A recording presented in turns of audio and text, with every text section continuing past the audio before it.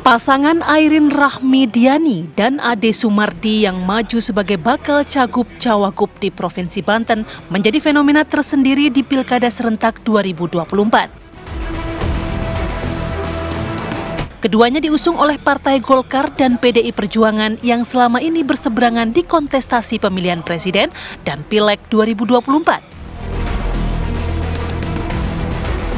Padahal beberapa hari sebelumnya, Partai Golkar telah menyerahkan surat rekomendasi kepada pasangan Andra Soni Dimyati Natakusuma yang diusung dari Partai Gerindra bersama Koalisi Indonesia Maju. Beralihnya dukungan Golkar dari bakal cagup dan cawagup yang diusung Kim di Pilkada Banten tidak diikuti oleh partai lainnya. Pasca putusan MK, urusan pilkada memang diserahkan kepada masing-masing partai politik untuk tetap berkoalisi atau tidak berkoalisi. Presiden terpilih Prabowo Subianto menyatakan tidak pernah memaksakan pasangan tertentu untuk didukung oleh koalisi partai yang mengusungnya di Pilpres. Bahkan PKS, Partai Nasdem dan PKB yang kini menjadi bagian dari koalisi Prabowo Gibran di Kimples pun bersepakat politik di pilkada bersifat cair. Setiap parpol bisa mengusung calonnya setelah putusan MK.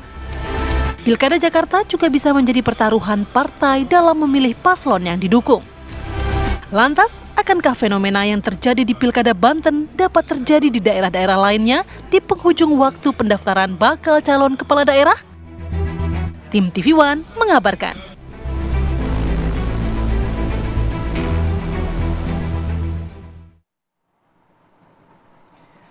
Ya, sesuai dengan prediksi, di akhir-akhir masa pendaftaran calon kepala daerah terjadi sejumlah kejutan. Banyak terakhir terjadi di Provinsi Banten yang kemudian Golkar berbalik arah dari pasangan lain menuju ke pasangan awalnya, Airin dan juga Ade Sumardi. Lalu kemudian, apakah ini akan berdampak pada kesulitan dari Koalisi Indonesia Maju itu sendiri? Nah, kita akan bahas itu bersama dengan sejumlah narasumber yang sudah hadir di studio pada pagi hari ini. Sudah hadir Bapak Muhammad Sarmuji, selaku Sekjen Partai Golkar. Selamat pagi, Pak Sarmuji. Selamat pagi, Assalamualaikum Bapak. Ada juga Bang Henry Satio, selaku analis politik. Selamat pagi, Bang Henry. Assalamualaikum. Habis ditegur Bu Mega kelihatannya. Yang ditegur Airin, tapi yang pakai malah Rati, merah hitam nih. Yang merah jangan sampai lolos. Bicara masalah Bu Mega, ada perwakilan dari PDIP. Ada Mas Aryo Seno Bagaskoro, selaku politisi PDIP. Mas Seno, Assalamualaikum. Mbak Rati, Halo. Cak Sar, dan Bang Hensa. Ya. Assalamualaikum. Ya, Mas Eno. Waalaikumsalam. Ada juga Bang Andre Rosiade, selaku politisi Gerindra, mewakili suara dari Kim nanti. Selamat pagi Bang Andre. Pagi Bang Andre. Ada juga pagi, Mas Hanta Yuda. Pak Sarmuji, selaku analis politik. Selamat pagi Mas Hanta juga. Sama Bang Hanta Yuda ya. Iya, ada Mas Hanta juga. Selamat pagi Mas Hanta. Selamat pagi Alfat, Rati, dan semuanya, Mas Seno, Bang Andre. Rame nih kita pagi hari ini ya. Rame hari Mas ini. Henry. Baik, saya ingin mulai ke Pak Sarmuji dulu. Pak Sarmuji, kalau kita lihat langkah yang dilakukan Golkar ini sepertinya mengejutkan publik. Sebelumnya mendukung pasangan lain, lalu kemudian kembali lagi ke Airin dan juga Ade Sumardi.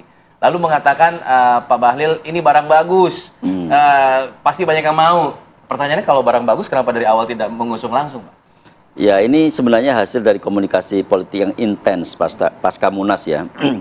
Sebelum Munas itu sebenarnya memang terjadi komunikasi antara Kim, Koalisi Indonesia Maju, dan Partai Golkar. Ya.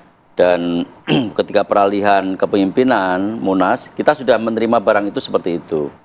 Tetapi memang kita tidak berhenti berikhtiar, kita melakukan komunikasi yang sangat intensif, baik dengan Bu Airin, dengan keluarga Bu Airin, dengan partai-partai yang lain kita melakukan komunikasi. Bagaimana caranya supaya Bu Airin ini tetap diusung oleh Partai Golkar. Jadi bukan karena PDIP umumkan, bukan karena PDIP umumkan, dan bukan karena pidato seseorang, bukan. Ini memang komunikasi yang intens sekali. Kalau mau jujur, ini intens sekali.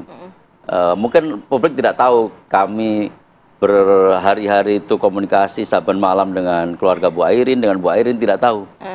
Tapi mungkin publik menspekulasikan ada apa ini, ada apa ini. Tapi ada apa sebenarnya, Pak? Tapi inilah hasil komunikasi yang intens. Walaupun harus berpisah jalan dengan Kim di Banten?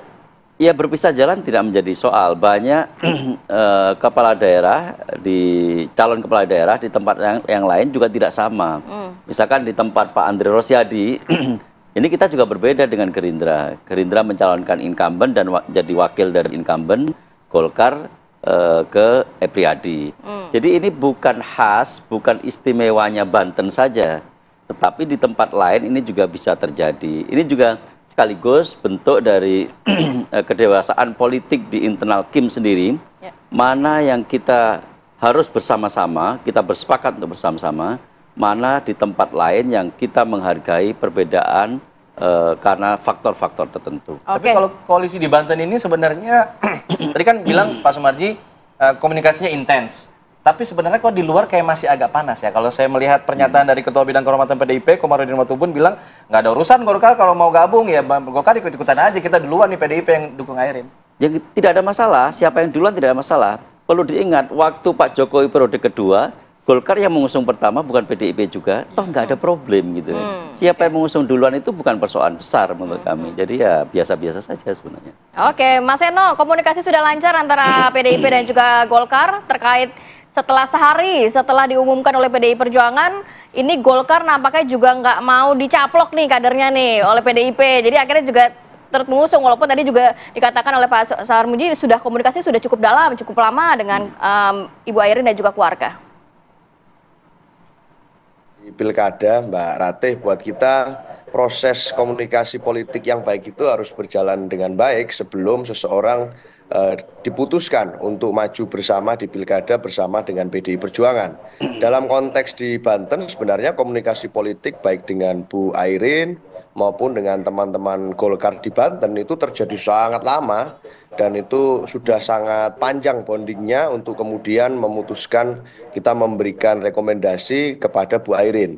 Tapi kan memang tidak bisa dinafikan bahwa Game of Thrones-nya terjadi dengan begitu cepat gitu loh, berapa minggu terakhir kemarin itu. Dari yang pertama Pak Erlangga Hartarto mundur dari Ketua Umum Golkar, yang kemudian berubah arah angin, yang kemudian teman-teman Golkar berbalik akhirnya bergabung dengan Kim Plus dan tidak dengan Bu Airin lagi. Lalu kami sebagai partai politik tentu bingung awalnya, terus bagaimana kelanjutan kerjasama politik yang itu sudah clear dengan Bu Airin. Akhirnya kemudian muncul lagi perubahan politik di mana ada putusan MK terbaru yang memungkinkan kita mengusung calon. Akhirnya kita jalan terus, kita lakukan deklarasi, kita ambil keberanian revolusioner untuk mengusung pasangan calon yang sudah kita sepakati dari awal dengan Pak Ade Sumardi sebagai dari PDI Perjuangan. Lalu kemudian secara tahapannya berlangsung dan pemberian rekom kami berikan. Di akhir waktu setelah kami berikan rekom, lalu teman-teman Golkar bergabung dengan memberikan rekomendasi. Buat kami sih ini tidak ada masalah. Ini semacam ya kembali ke skenario awal. Apalagi di berbagai daerah, dari lebih dari 500 daerah yang sudah kami berikan rekomendasi, itu ada banyak sekali kerjasama politik dengan partai-partai politik lain dimanapun. Baik dengan teman-teman Golkar, dengan pasukannya Cak Sarmuji, dengan kawan-kawan Gerindra, Pak Andre Rosiade, ini banyak sekali di daerah kita lakukan kerjasama. Buat PDI Perjuangan, dengan kawan-kawan Partai Kim, kami membangun kerjasama politik yang baik, kami mengambil langkah-langkah otonomi sebagai partai politik, yang penting tidak ada intervensi siapapun di sana, kami siap untuk membangun kerjasama politik. Apalagi intervensi Raja Jawa, buat kami partai-partai terlalu besar untuk diintervensi orang-orang luar. Itu Mbak Ratih dan Mas Alfa.